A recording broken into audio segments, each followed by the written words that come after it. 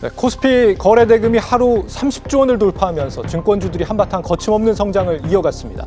높아진 주가 수준을 정당화할 만한 펀더멘털 개선이 실제 나타나느냐에 따라 앞으로의 주가 향방은 크게 달라질 전망입니다. 오늘 발표된 키움증권의 지난해 당기순이익은 사상 첫 1조 원대로 올라섰습니다. 네, 마켓 딥다이브 방서우 기자와 알아보겠습니다.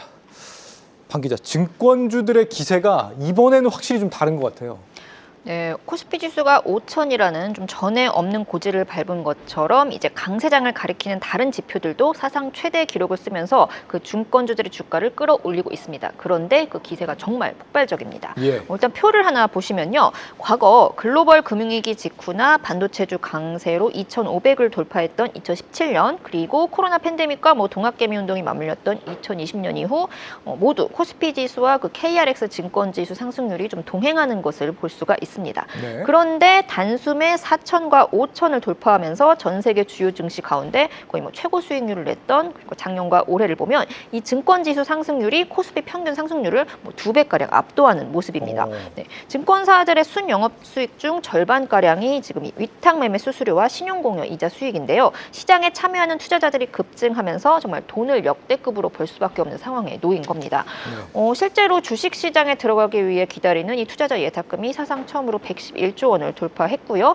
거래대금은 거의 누적 1,000조 원을 돌파한 상황입니다.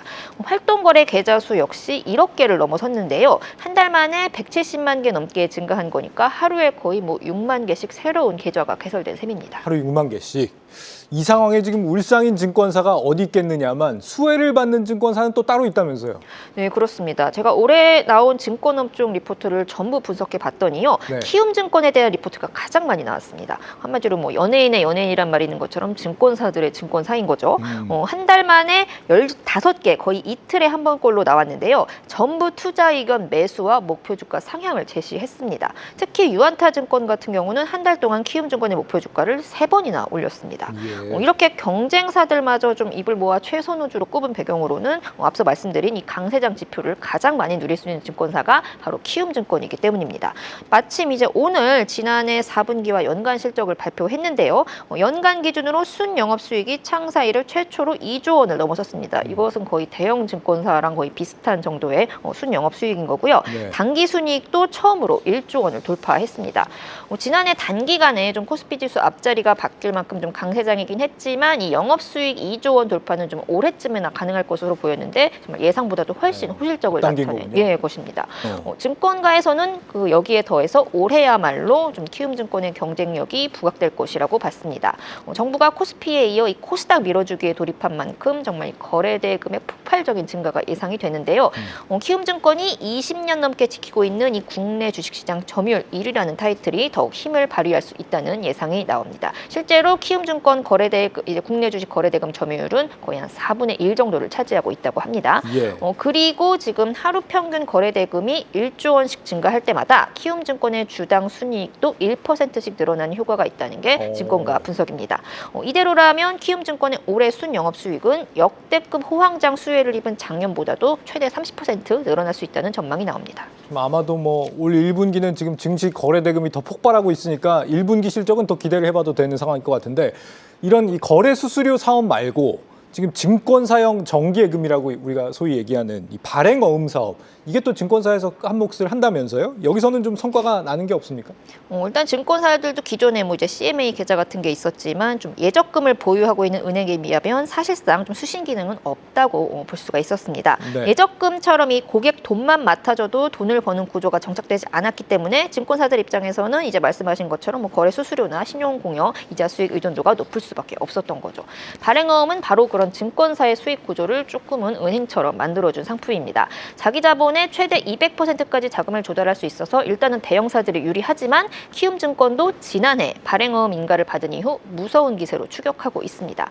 키움증권의 발행어음 잔액은 이제 한 6조 9천억 원까지 늘어날 전망인데요. 지난해 12월 처음으로 출시한 3천억 원 규모의 발행어음이 일주일 만에 완판되면서 공룡 증권사들 못지않은 저력을 보여줬습니다. 보통 발행원 마진을 한 150 베이시스 포인트, 한 1.5% 정도로 보는데요. 이 키움증권의 발행원 잔액 규모를 감안하면 연간 1,000억 원 정도의 이익이 추가로 발생한다는 계산이 나옵니다. 아까 그 키움증권 연간 순영업수익 2조 원을 넘었다고 했는데 이런 거래 수수료와 신용공여 이자 수익 외에도 이런 발행원 이자 수익이 결국은 키움증권으로 하여금 대형사조가 어깨를 나란히 하는데 더욱 일조하게 될 전망입니다.